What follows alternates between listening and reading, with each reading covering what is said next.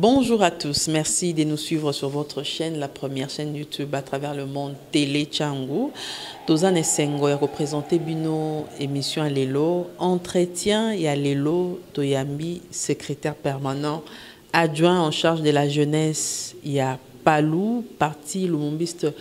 unifié, Célestin Ngoma, il est invité à Bisso. Dernièrement, Toyamba qui monte sur Robert Ngambi, Boebi, Alobipe, Bangope Bazan Kati à Palou, Boebi dissidence, Tolobela qui on a Kati émission, Makambo Ezoleka, na Kati à Palou, on dirait Salami, elle mi balé, elle côté, Otoyamba qui met sur Robert Ngambi, côté. Na bango na elle côté il y a monsieur Godefroy Mayobo qui reconnu par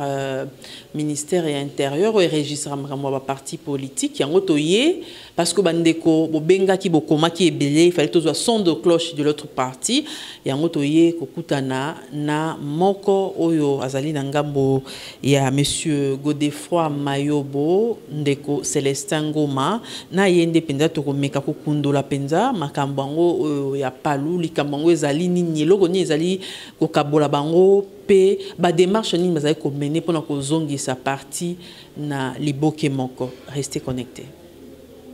Ndeko Célestin Ngoma mbote mama toyambi yo pona tozwa son de cloche na bino toyamba ki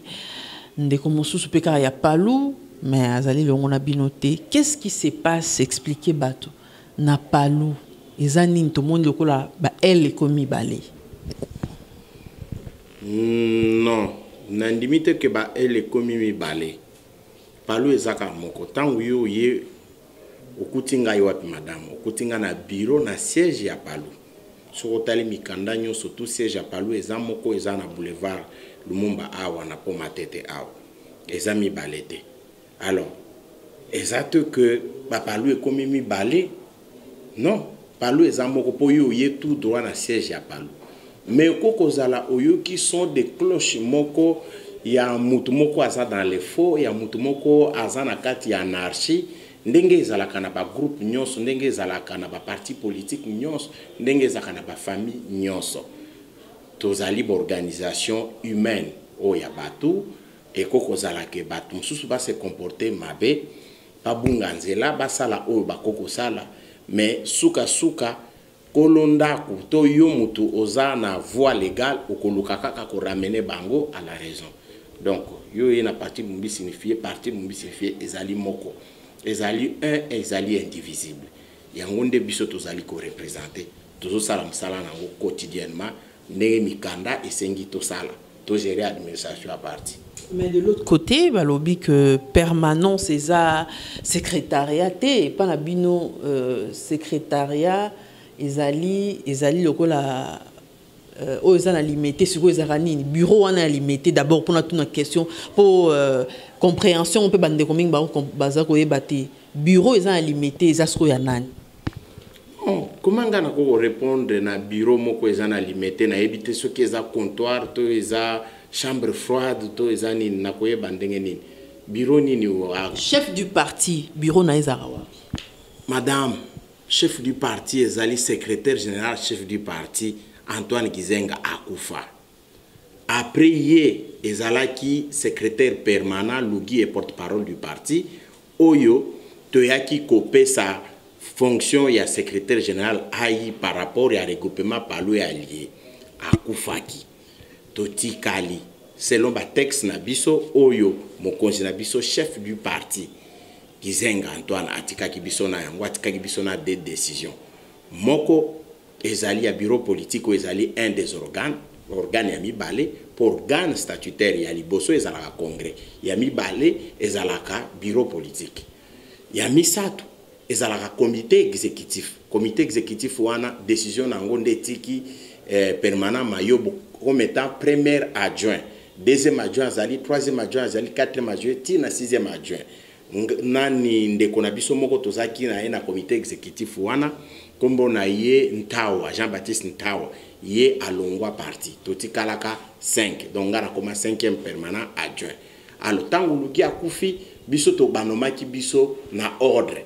banomaki biso penza na ordre que premier permanent adjoint, deuxième permanent adjoint, troisième. premier permanent adjoint par substitution nanzela ya na ba par voie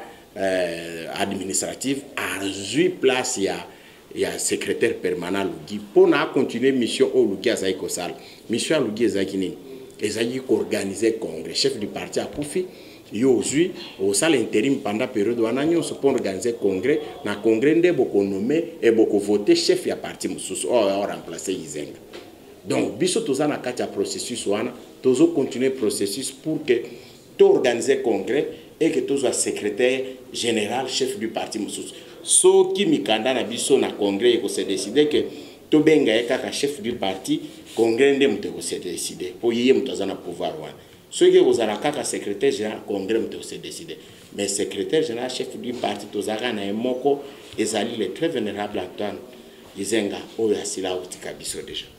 Mais après décès ya Lugi Izenga, réunion ya bureau politique et vanda ndeko mayobo bazalaka ba solo laka ba réorganiser ke makambo pona bo sala benga nini congrès pona parti pona nini bino boboyi ko se soumettre na ba décision ya bureau politique ezwaki. Non madame omoni parti oyo soki ezati lelo parce que parti autant que salemi yo nangai tozala quitté. Je m'imagine à Jnayo, aux hommes on Angai, parti et salemi na 64. Parti Oyo et salemi na 64. Alors, Outa 64 est-il les lots? Ceux qui partent Oyo Zali, alors que l'organisation est belée, salemi na sima 64 et Zali sous soutenant en plein ya Oyo. C'est parce que Batubaeba qui respectait quand même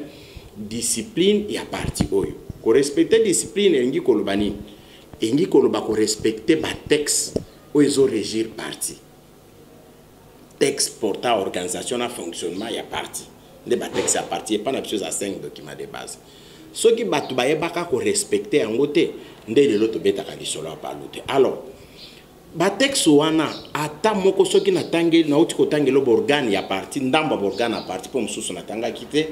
oyo ki place moko te ba komi organe politique moko kombo nango bureau politique élargi ezalaka bureau politique ezalaka comité exécutif ezalaka secrétariat provincial ezalaka cellule ezalaka section organe na biso yangwana. Alors tango ndeko Lugi akufi tozelaki ndenge biso nyonso toyebi ke oyo aza en tête ya secrétariat permanent na biso asala nini aloba ye moko apesa communiquer soit apesa autorisation ya atinda mutu amandate apesa pouvoir na ye na biso ba adjoint na ye moko ya biso aloba nde ye aye kozwa maloba apesi epai ya moko ya biso ya ba adjoint kombo ne camarade Sylvain Ngabo aza kulutu na kati na biso nyonso mais aza adjoint ya Mayobo aye bisi alobi mais convoquer bureau donc convoquer tinda ba invitation bato basangana pona to koka kozwa même moi solution par rapport ya matanga to kufeli. Alors ndeko ajuja ki bon amoni keza matanga oleke abenga kaka ba membre ya bureau politique alobi non abengi pe ba ndeko mususu ba o bazaki ba ancien permanent mais o bazali susu na kati ya ba organe ata moko ya parti te mais baza ba militant à parti abengi ba député abengi batu nyonso wana bango abusivement babengi yango bureau politique élargi baye koya na permanence to sangana tant to sangani point moko à l'ordre du jour point zani ni matanga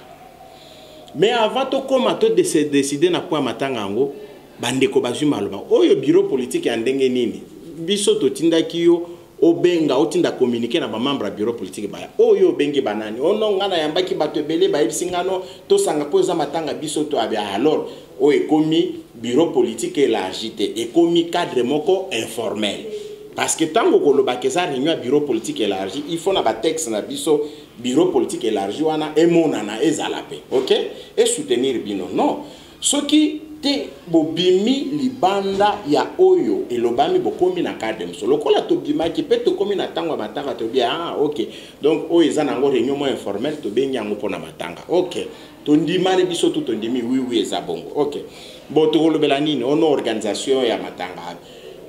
biso sikoyo en tant que comité exécutif ya parti to yebisi bango oui ce qui bureau politique est une autant ya ko se réunir te mais biso au moins na permanence na comité exécutif to zwa kitango se réunir et que to pesi Célestin Ngoma ngayo to pesi charge ya organisation ya ba obsèque bango nyonso nde bazaki wana na réunion informel wana balobi ah ok c'est bon alors yé mutaza na charge après matanga to mona na lisusu awa totala ndenge matanga eleki et puis to bo continuer ba réunion na biso ya bureau politique na ya comité exécutif voilà ndenga na bandi ko organiser matanga ngamu to na organiser matanga réunion wana résolution zaki moko ko organiser matanga nzoka tango yo kaka mama na nzela bato yo bandi ko na biso nzela ba définir la politique neti eloko ya bato alukuta ezaki nde jour wana nga na yebaki makambo mpenza na politique ezalaka bato bazali mutu komona mutu mpenza mukolo un professeur d'université mais azosala makambo moko même voyou amelaka bangi na rai nano atikala kosala te babima libanda biso tikali na kati po ngam naza charge matanga mene fona réunir bato nasala ba commission bino logistique bino boyeboye journaliste atuni mais bosali réunion kuna ndenge nini Kulutu Sylvain Ngabo alobi oui to sali réunion to tche Célestin Ngoma chargé ya bobsek nyonso tout boye ya ndekologi alobi ndenge mowe na biso mowe ya utai kotika biso problème ndenge zaki batuni bongo par rapport à succession na ye bolobi nini ya alobi non kuna tolobi atelo moko pembeni wazaki na ye abotoli ye micro alobi te loko les aye moko etali ye moya lobeza tengande na lobi to uti na réunion kuna to poni Sylvain Ngabo yenda za mukolo yenda okamba biso na mikolezo ya tito kende na congrès. Est-ce que na mibe kwa parti mne lobi bongo te ce qui a zaité faut pour na doyen d'âge pour na kamba et il semble que selon les dires il y a invité na biso Yambaki dernièrement à lobby que Sylvain Ngabo Zalaka déjà désigné par feu Logi Gizenga pour na préparatif ba commission wana pour na ko préparer congrès na ebité ceux qui yondo bosani biloko alobaki obi ezalo kuta na endo kangaki malamu nde oyo communiquer na ebité so ya rolo babongo ozusu tango yambaye oyebise kende ko mususu to yambaki na sima alobaki ke azalo kuta bande kona biso ba otala biso bango momba roju voilà azalo kuta kokolo babilo ko anatezalo kuta Sylvain Ngabo azali doyen azala déjà secrétaire permanent et pas na biso ezalaka soit batio permanent na ba adjoint belé soit batio permanent ozaka na adjoint moko batia déjà Sylvain Ngabo adjoint mbala ebele ezalaki que batie permanent par exemple Wolf Kimasa batie permanent lelo quelques mois après ba bengani par rapport ya mibeko abukaki mais tant où il y a ça permanent premier adjoint na ezanani eza Godefroid Mayobo troisième adjoint na premier adjoint na eza Godefroid deuxième adjoint ezali Sylvain Ngabo tant où il y a commis permanent Wolf Kimasa commis permanent Mayobo azali premier adjoint na a démissionné alobi ngai na okoka continuer ko travailler na yete eza liberté aki atiki démission na ye et pas patriarche Antoine Gizenga vivant. Donc Ngabo azumbara moko place ya Mayobo en tant que yemuta communauté première permanent adjoint alors qu'azagi deuxième na nomination. Ndenge ngai na koma 5e permanent adjoint pour nde konta wa kendaki. Ndenge Mayobo normalement a commis adjoint tangu lugi akendaki. Tangu Wolf akei Ngabo azu esika po Mayobo azaki soute a démissionnaka boyaka ko travailler na ndeko Wolf Kimasa. OK? Ndeye azwa kesika na yewana mais ningi ko lobate ke bapesaka Ngabo esika wana pona ya travailler ezali lokuta mutu mususu azaki te avant Ngabo nde bapesaka te Mayobo a démissionnaka Mayobo boyaka ko travailler na Wolf nde sala ke Wolf nde sala ke Ngabo azala neti yende mutu akomaki premier adjoint nde bapesaki intérim wana pendant 1 mois ba économé secrétaire permanent mususu nde Ngabo azongelaki esika na ye. Alors toutes les fois Lugi aza ko voyager Mayobo mutu ngam naza permanent toujours sala barenyo toujours sala ngona Mayobo mais Mayobo a démissionné Mayobo a démissionné on a betelo des exemples ya le passé ezaki régime tangu Lugi azaka permanent première fois balongola ka Lugi ba eko cha Wolf a umelaka te abukaka mibeko ba suspendaka ye adjoint na ifaki asala intérim en attendant adjoint ne faki za mayobo me mayobo azaki. Ça c'est pour expliquer comment Sylvain Ngabou a komaka permanent ayaka kokoma permanent période wana mais oyo tang ba économie lisusu ba nommé Lugi ba nommé premier adjoint mayobo ba nommé deuxième secrétaire permanent adjoint le Ngabou et puis Ngabou aza doyen engi koloba te ke yende muto asala ka intérim. Alors na ba texte na biso sali allusion na texte na biso le biboy.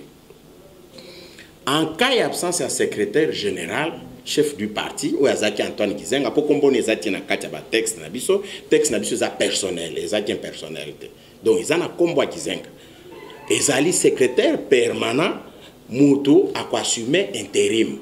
Ezaki dans mon secrétaire général adjoint, muto a assumer assister, il y a secrétaire permanent. Mais biso banda ba texte na biso prévoyant secrétaire général adjoint, non tout cas là on nomme secrétaire général adjoint.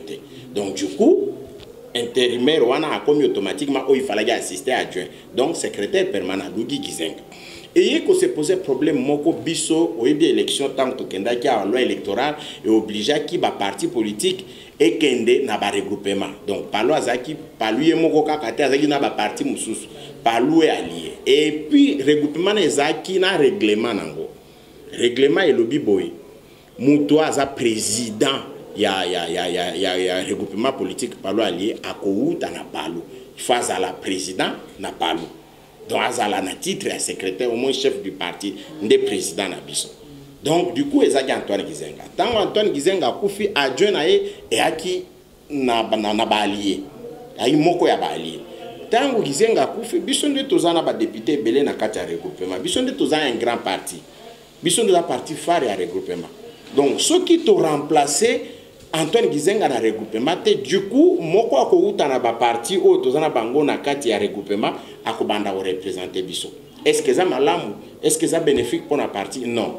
alors maye les politiques qui fait ça là pour na toye bakopé sa représentant na biso grade moko boy et permettre à assumer fonction na pona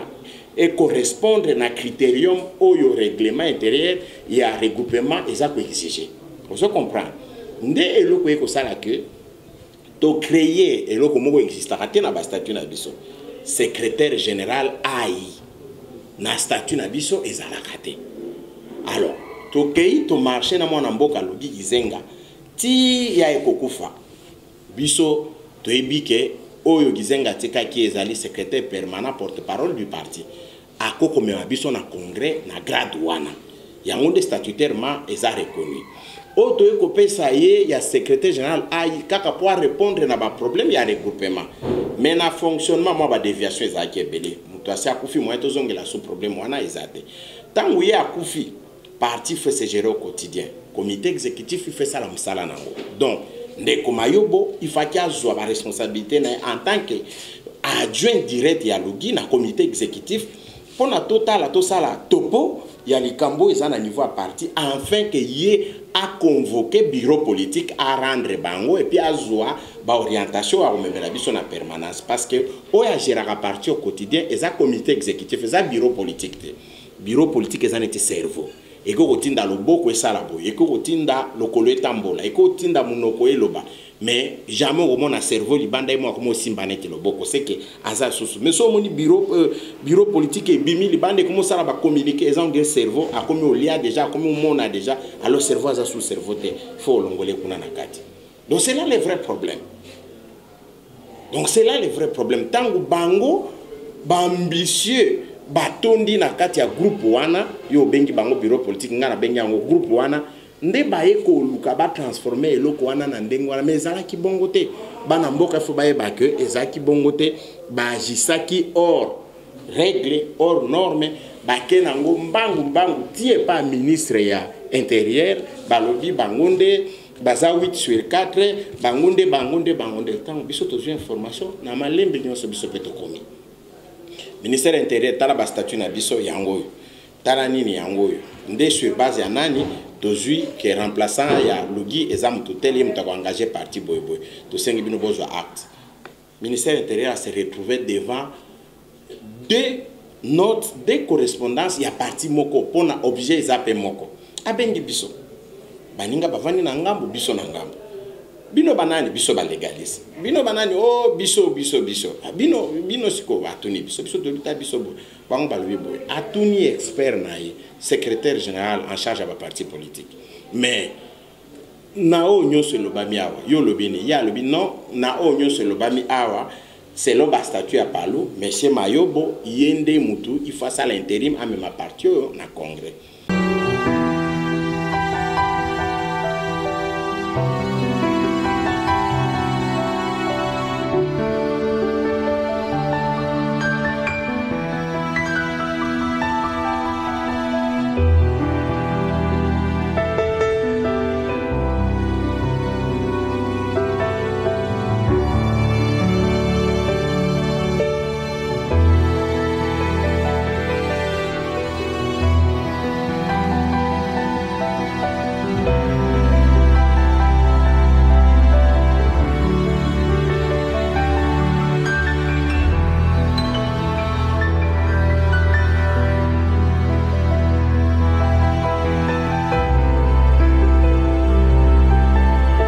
Bonsoir. Vous venez de tenir une grande réunion ici concernant la situation du Parti communiste unifié.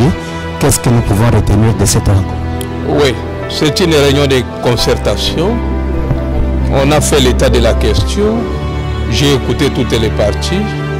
J'ai compris là où il y a des problèmes. Et j'ai demandé qu'on me donne le temps de réfléchir pour donner la réponse au moment opportun. Nous allons attendre combien de temps? Dans le bref délai. Merci beaucoup. Merci. Bon, ministre Agbo Kende na saisir bino par écrit. Nde omona ko saisir biso par écrit ala kisi que ndeko Mayobo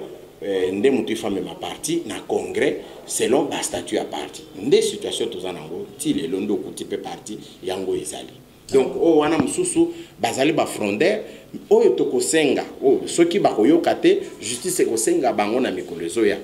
ba changer kombo ba luka kombo ya parti na bango batia. Mais bah on va montrer que bazaba militant Palu ba ko na parti msute porte ça grandement ouverte madame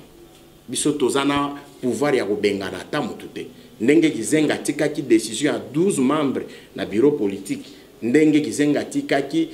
5 membres na comité exécutif ndenge kozala tina congrès bureau politique et ça l'organisation bionion siko bino bozalina Sylvain Ngabou to Sylvain Ngabou azana ngambo na musu Sylvain Ngabou azali deuxième secrétaire permanent adjoint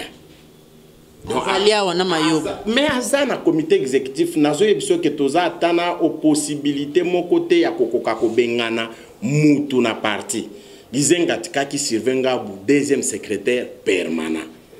adjoint après Mayobo ndenge toza wana azana préséance liboso nanga soki Mayobo azate yende mutu mais d'après notre invité alobi que Sylvain Ngabou kasi yepe mutaza ko sala organisation organiser la commission pour préparer congrès. Pourquoi ne pas se plier et attendre congrès et salama ceux qui besoin d'ambition beau présenter. Maman, yo zoro bana biso to se plier na ndenge nini ke ovandi na ndaku na yo boye na bana no na mwasi na yo lobi na tongo omoni mutu aliboma moko ya ebisio ke mwasi o na bana ngam na bala ngam na bala ye bano ngam na bota ngam na futela bango minerval oyo mo yebi o futi après yo se plier na ngo c'est ça non? C'est tout ce que vous nous demandez. C'est une décision à bureau politique. Bureau politique n'a nous et se réunissait depuis Ndekologi à Koufa. Pour na bureau. Vous ça invitation pas Ndekogo des fois Mayobo à Boya Koya. Maman, na ebisio eloko moko. Au moni conseil des ministres, et koko za la valable car ce chef de l'État m'a convoqué ango to premier ministre ndenge loi elobi. Mais soki chef de l'État zawana, premier ministre zawana, ministre ya économie kapo moni ke to a dollar ezako pesa mobulu kansi keza eloko moko urgent il faut ba mesure moko to zana posa no moko bo e oyo lobi conseil des ministres za extraordinaire za lobi eza conseil des ministres yo kende ko soumettre problème non na chef de l'État ou bien na premier ministre bango bat bazana droit ya ko convoquer ba ko convoquer ndé régulièrement conseil des ministres ko se tenir. Je te dis que mutu fa convoquer bureau politique wana ezali mutu azo gérer ou azo présider comité exécutif. Lokola lugi azate o yazana simalugi ndé mutu ako boko kende ko lobela matière ni. Pour matière ko uta na comité exécutif pour bureau politique et siège. Avant le yebisi OK biso tozaki na problème ya koya ko convoquer ezaki nanu ke to sala réunion ya biso moko comité exécutif pona ko sala par rapport état des lieux ndenge day obsèque et les cas qui yande kona biso logi mais bango ba pesa gi biso temps wana te biso to sala yango en tant que comité exécutif to reni bureau politique to yebisa bango après bango ba pesa biso bo orientation malheureusement bango ba zela temps wana te tant biso to sisi matanga to kundi logi lelo lobi to yenga pona koma rapport na bureau nanga aw to kuti ba policier na natindi ministre moko ya ministre ya palu moko azana ka ba faussaire alo asa user pouvoir ya l'état juba policier à l'état tie bango na porte aw muto akota te nga moko tuna benga na bio ndeko ministre o sali boy pona nini ote kuna ba bazomi ma désordre ngana bi mais muta memi désordre voleka yo awazate yo muto tindi ba policier bazana tina ne bisika po akengela bato aye kusala nini na porte awa place des ordres zate c'est que yo za déjà nani na des ordres na mutuna yo bien ndengeni nde biso pete ko benga la police mususu eye ko yebisa bande kwana bolongwa nde biso tokota ya monia lokola bango bakoti kuna ngana okokota kuna te azeli mukolo to sala ka musala te dimanche asangisi bango lisusu groupe wana informel baye aw baponi ndeko madiko baponi ndeko ngabu na oyo wana yo zolo ba wana mais ezali biloko moko ezali ebuki mibeko respecter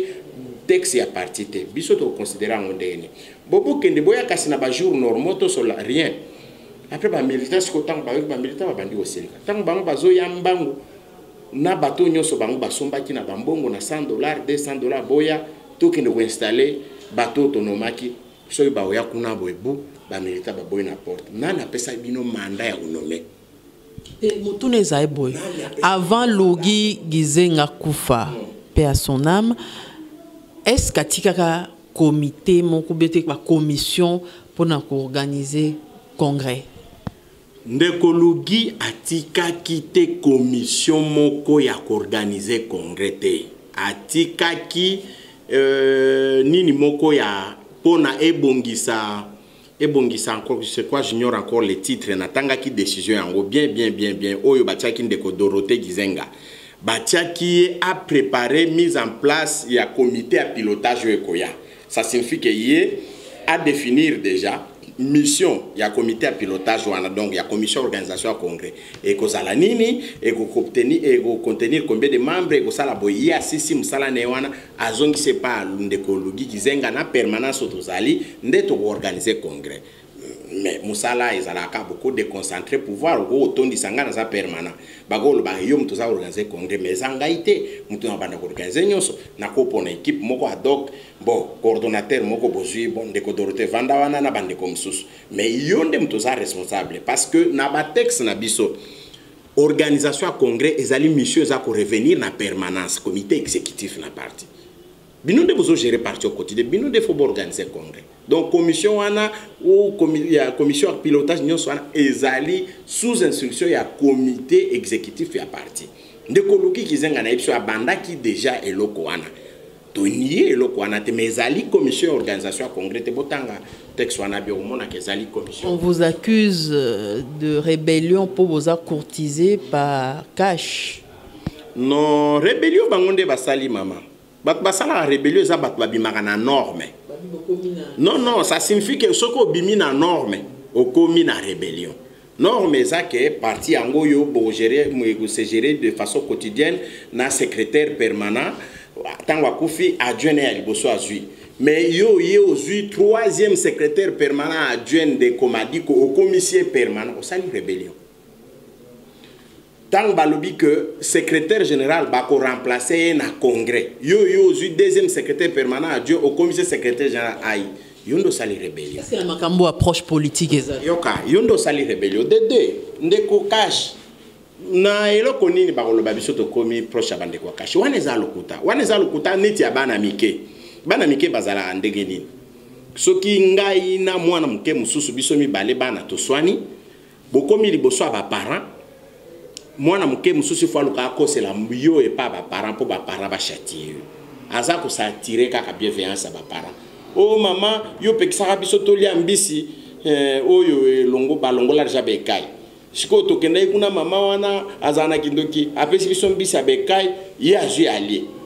yango ngana za iko betai mama oloba bano ngana pesa bango deja mibeko oya respecter mais il faut pesa mwana na bazo funda petan aloba wapi biso tokei kosolola na bandeko na biso akashi ata isika moko eza lokuta cash bazali ba partenaire ya FCC biso tozana FCC na ndeko Kabila biso nde totia eloko wana en place na ndeko Kabila palu na ndeko Kabila mais mukanda ya FCC mutu akomaka yango na maboko ya minita kango po ndeko Gizenga asigné ezaki ndeko Mayobo mutu akenda ko signer yango eza ndeko Memas na ndeko Kabolulu bazana ngamu na biso bango nde basinyanga mikanda ya FCC ya na konta palu nani ayebi FCC koleka bango oyo asinyaki mukanda na oyo basinyaki charte nani ayebi o azana ngambo wana ayebi FCC koleka bango wana eza faux débat wana eza wapi débat wana na moment où ils a se poser te atamuke tant bandeko bake ko bimisa bambongo ya corrompre ba service mike bakansi ba kozwa gain de cause na ministère intérieur bazui yango te bakoma ekaka na possibilité moko kokende kokosela bandeko na bango auprès ya ba partenaire politique ya FCC bino bovandi boye botikeli Mayobo palu kuna Mayobo kuna omema palu na cash tant bandeko wana pe baza bazoba te baza bato ba umeli na politique bayebi batali batindi bato baluki bayeba nani akutana gina bakonzi ya cash ba ndeko bandeko akonzi ya cash aza moko chef de l'état aza pe partenaire à président de la République président de la République a wotuna di est-ce que yo no so yambi mtu mwa palu kuna epsio oui, c'est bien. Et ça, le coup, on a bien à tout monde, même la téléphone, tout seul, à tout le monde. Bah, mon chef de l'État, on a bien, moi, na za moi na le coup. Moninga mbwana, le coup, ils a yango na yango demutu ezali penza recette politique na ba. Est-ce que vous ça la démarche pour na bozong sa palu na bon moko palu ezongi sima mingi, il faut les reconnaître. Bandeko mingi bazali ko ndenge to yebaka palu na kala palu nde bandeko ko ningisa yandi ve. Palu ezongi sima makasi. Alors, ba démarche ni po bozong sa palu liboke moko tobekaki que na likamango eza déjà à niveau FCC. Est-ce que vous avez déjà solution? Bon, ngande na ebisaki que palu eza moko et que après matanga moi mbri côté là qui bandeko na biso moi ko bunga ezali bakendaki mbangu nyonso wana ezali kambo ba ambition omoni eza bato yo bazalaki par exemple vivant ya ebiki azo gérer parti par ndekologi ye mutu azo tindika ba mandataire ye mutu azo sala boye sans tenir compte ya objectif ya parti ya conquête ya pouvoir ya munene o tozana ngote bato bazo se plainte ba posta mike batindika mutu abatindika tant bazo mona ke après ndekologi biloko ekozala parce que ndeko Gizenga se akenda ndekologi ayake oyo pe akomima parti na congrès akosala ka ndemo ndekologi te oyo pe akoyaka mokonzi oyo akobimaka na congrès akozala ka ndemo ndekologi te epesi bandeko mosusu mwa kipelekese mwa palpite mwa kobanga ya koperdre oyo baza nango na maboko et créer mwa ba front wana. Alors biso tozana objectif ya ko maintenir parti oyo uni parce que za eloko ya ba congolais mama parti oyo eza instrument ya politique ya munene o Lumumba na baninga nyonso ba créaki pona ebundela unité ya mboka na sauvegarde ya indépendance ya République démocratique du Congo. Alors biso tozana droit ya robomango te na ebisio mbulo biso tobotami na tango parler et kelami. Donc tozana obligation que place nyonso to bengami pona to unir palu to kende koyoka. Alors bande kwa FCC oyo bayokaki nanu litoi ya bande kwa na ya lokuta ke biso kuna tolingi to kende na kashi biso kuna tolingi to salabo ba vérifier et pas vice ministre intérieur kuna azamu to PP de ba ici bango toyokaki bango nyonso bon toyoka bango siko biso moko nde babengaki biso bayoki biso bayoki pe bandeko na biso basangisi biso susi na bango eza biso tozala ini biso tolobi biso toza na problème te banda Antoine Gizenga na ndekologi bakei biso to nommer ata mutu moko te to bengani pe ata mutu moko to changer te loko moko te bandeko nde ba nommer tuna bango ba nommer pouvoir ya nommer bazui wapi pour congrès ça limité nana ya pesi bango pouvoir ya Gizenga ya ko nommer un secrétaire général AI na ya ko nommer un secrétaire permanent nana ya pesi bango pouvoir bandeko ba reconnaître que basala ki mabe il faut que ça il faut que kutana to solola to kende na ba base na biso ya kala ndenge kizenga tikela kibiso nde une réunion est prévue d'ici là ba kutana bureau politique ba solola batala ndenge nini to ko évoluer parce que bangomo ba monique eza inutile lokuta ezo profiter na mutu mokote et que partie de feza la ini pour na to ko kakozongisa yango to pesa ya na esike zalelaki to pesa yango mission nango oyo ezaleli oyo ifo ezala lelo mission ya sika ya palu eza nini lelo pendant que tozoloba état de droit construction de l'état de droit na mission ya palu eza nini eloko nini palu fa sala pona ila kisake yende mokonzi ba parti politique yende yaya na ba parti politique donc tozo croire na unité à palu parce que pona biso muto akopanza palu nano abotamité palu et salema na makila ya bato ebele mutu akomi kosa te avandi boya raisonner abinga na mwa maele na nganga na $100 na ngana ko sangisa bato na ko manipuler bango na pesi o $100 na pesi wana kuna 200 na pesi bango longwa to sala eloko na biso to sala yango te oko longwa nde osali ya yo soki simbi Dieu merci mais ba o balongwa na palu bakenda ko sala nano simba te po yo simba pete. Ndeko Célestin Ngoma, secrétaire permanent en charge de la jeunesse, permanent adjoint, hein, secrétaire, oui, en charge de la jeunesse, il y a parti le Mombiste unifié, il y a des qui invité Nabiso, comme une souka, mais télé Tchango Pesio Maloba, message nous relancé, na ba Congolais ba kotala yo, na ba ndeko palu ba kotala yo, oyo bazaki un tout petit peu déçu, na makambo ezo le kanakati parti. Bandeko ba tenir biso rigueur et belete baye ba que ba situation oyo biso tozo vivre ezali à liboso na kati ya parti tout comme eko comme la paix ba parti nyonso. D'ailleurs je vais dire en général omoni ba parti na biso ezo kende na ko vivre première expérience wana na ba fondateur ya ba parti na départ ya ba fondateur ya ba parti na remplacement na bango na ba militant. Toza ba génération politique et bandi na ba 60 na ba parti résistant qui ba kolo nango ezaki ba ba créer ki ngonde bat bazai ko diriger yango so tali parti à liboso c'est le Palou, deuxième parti c'est l'UDPS. Alors l'UDPS encore que c'était mieux que tangu papa zokufa mwana na combat Tshisekedi azaki sous fort na kati ya parti donc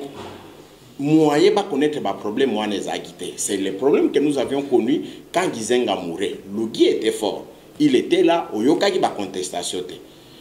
Mais maintenant que c'est Lugui qui est parti et que na lignée Gizenga après Lugui moko azali sous penzate ou azusa la politique. OK? Azaki penzate. Donc et comme isko eloko moko neti bon batunyo surtout ba mi monique basa ba milita bako se permettre nyon surtout. Nde omoni sikoyo mwa ba militant mso baza consensier neti ba mayobo neti ba kabolulu ba memans ba ida biso yo ba legaliste tolobi te biso toko sala buzo bate na biloko oyo tata atikaki il faut to landa nzela ya Gizenga oyo eza na nzela ba décision après que ordre ezonga to kende na congrès oyo biso toko se décider na date na yango par rapport ya tenu na yango na logistique biloko nyonso biso tozana yango posa toke na congrès wana to bima parti moko fort et uni et no congrès moko ekende ko diviser bato bazolinga congrès ya lokuta ya mbangu wana eza bato bazali jana ba calcul na bango na mutu 3 mois après na comme secrétaire général pour gouvernement go yangam na otinda ministre na otinda leki na ngai na go otinda kuzigi semeki na ngai na ko sala boye pour que ngamona gérer parti wana mais parti ngozo lingo gérer ezana etani bisoto lobby il faut que na congrès mais il faut to sala topo ya parti ndeko lugi atiki biso na niveau nini totali congrès ndenge nini to ko faire intervenir bato nyonso bazaba congressiste à travers les pays ndenge nini bakoya na Kinshasa il faut mobiliser mbongo il faut donc yango musala tozo sala yango musala okutinga bando yaki na zaki na réunion tozana kati ya kosala nous travaillons pour ça et que bakozala dessus te ba omona remplaçant ya Gizenga akobima na congrès mais congrès tisiko date nango ezana noté yango tozana kati ba préparatif na. Une question qui m'a échappé, est-ce que c'est possible que l'organisateur à congrès et abima secrétaire général de Bolbara chef du parti mon côté na ba texte na biso epekisi un secrétaire permanent ou az organisateur ya congrès azala candidat mais résolution moko ko botama na début à congrès pona boba ki saba congressiste parce que par exemple lobby na yambi appel moko ya ndeko moko extension extérieure donc ba représentation na biso ya ba poto à lobby non biso pe photos à ba congressiste lokola to représenter parti na poto awa il faut tous à la pe ba congressiste il faut y réfléchir. Il faut y réfléchir. Ba membre il y a comité exécutif bazo se plaindre que bango t'expert reconnaître bango te kozala ba congressiste donc toko fongo la congrès lelo to bandi na résolution ya ko banana no kotia ba congressiste ba ko pesa qualité ba congressiste c'est pas bato bazana ngote ba il faut bazala na kati et tout comme toko fongo la paix toujours résolution ya liboso que muto aza ko organiser congrès a la candidate par exemple ceux qui m'ont posé encore mais na ba texte zanango et loko moko epekisi te un secrétaire permanent azala candidat mais sauf que ce que za candidat donc au titre la ba joindre na yo bazawana ba organiser tenue à congrès wana yo comme déjà candidat donc ozala te susu neti nanga non au titre la ce que ba joindre ba komi bananga yo ozo bundana na baninga po ezaka élection ndeko Célestin Ngoma totonde boto. Merci maman ngande na pesibino merci ndenge bo se déplacer ki koya epana biso pona oluka ba nouvelle ya solo